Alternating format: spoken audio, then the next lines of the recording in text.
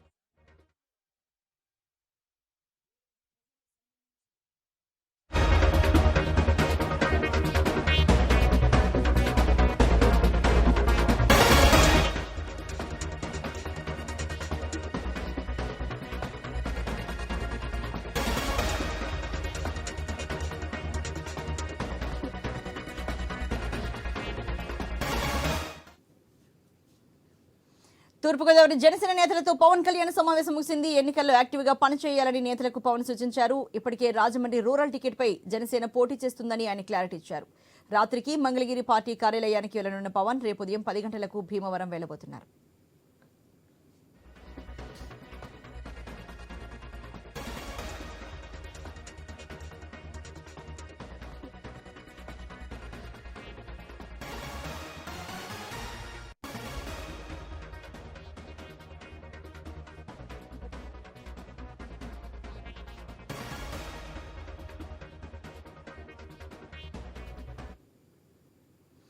తూర్పుగోదావరి జనసేన నేతలతో పవన్ కళ్యాణ్ సమావేశం ముగిసింది. ఈ ఎన్నికల్లో యాక్టివ్గా పనిచేయాలని నేతలకు పవన్ సూచించారు. ఇప్పటికే రాజమండ్రి రూరల్ టికెట్పై జనసేన పోటీ చేస్తుందని ఆయన క్లారిటీ ఇచ్చారు.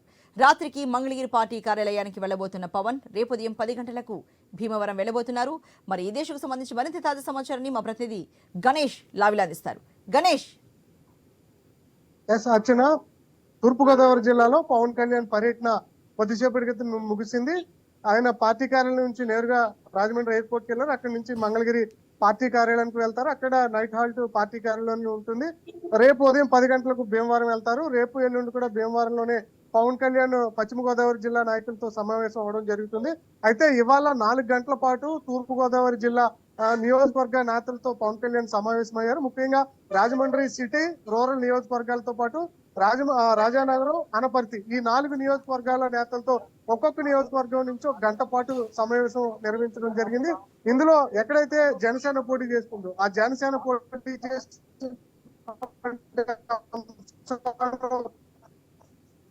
బూత్ లెవెల్ కమిటీలు ఎట్లా పనిచేస్తున్నాయి అనేది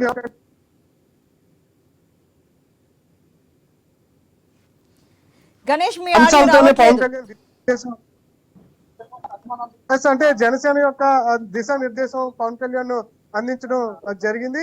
రాజానగరం, రాజమండ్రి రూరల్ లో జనసేన పార్టీ గెలవాలన్న సంకేతాలు పవన్ కళ్యాణ్ ఇచ్చారు. ముఖ్యంగా ఇప్పటి వరకు కూడా రాజమండ్రి రూరల్ నియోజకవర్గానికి సంబంధించి ఒక ఉత్కంఠ నెలకొనడం జరిగింది. టీడీపీకి ఇస్తారా, జనసేనకి ఇస్తారా అని ఒక క్వశ్చన్ మార్క్ నడుస్తుంది. ఎందుకంటే ఇక్కడ ఉన్నటువంటి రాజమండ్రి రూరల్ నియోజకవర్గ నేత TDP sitting MLA Gorantla Butchaiah Chowdary.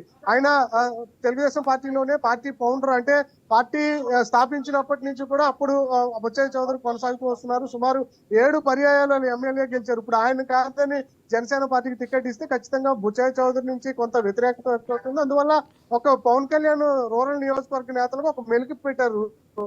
ఏదైతే బుచ్చయ్య చౌదరి ఉన్నారో బుచ్చయ్య చౌదరిని ఒప్పించి మీరు టికెట్ ఎట్టి పరిస్థితుల్లో కూడా జనసేన పార్టీ వదులుకోదు, ఖచ్చితంగా రాజమండ్రి రూరల్ లో పోటీ చేస్తుందని చెప్పి జనసేన నాయకులకు పవన్ కళ్యాణ్ సంకేతాలు ఇచ్చారు. దీంతో కందుల దుర్గేష్ కు లైన్ క్లియర్ అయినట్లుగా తెలుస్తుంది. వచ్చే ఎన్నికలకు కందుల దుర్గేష్ రాజమండ్రి రూరల్ నుంచి బరిలోకి దిగిపోయి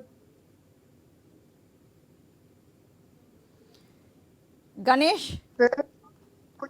ఎస్ అర్చన, రాజమండ్రి రూరల్ లో ఎక్కువగా మాట్లాడుతున్నాం కదా. రాజమండ్రి ప్రస్తుతం పార్లమెంటు స్థానం వద్ద ఇక్కడ నాయకుల అడవిడి కనిపిస్తుంది. ఎందుకంటే పవన్ కళ్యాణ్ వెళ్ళినటువంటి సందర్భంలో ఇక్కడ రూరల్ నియోజకవర్గ నేతలు ఇక్కడ అంతా కూడా ఉండడం జరిగింది. అందులో దుర్గేష్ కి టికెట్ కన్ఫర్మ్ చేసినటువంటి సందర్భంలో ఆయన అంతా కూడా అభినందించినటువంటి సందర్భం కనిపించింది.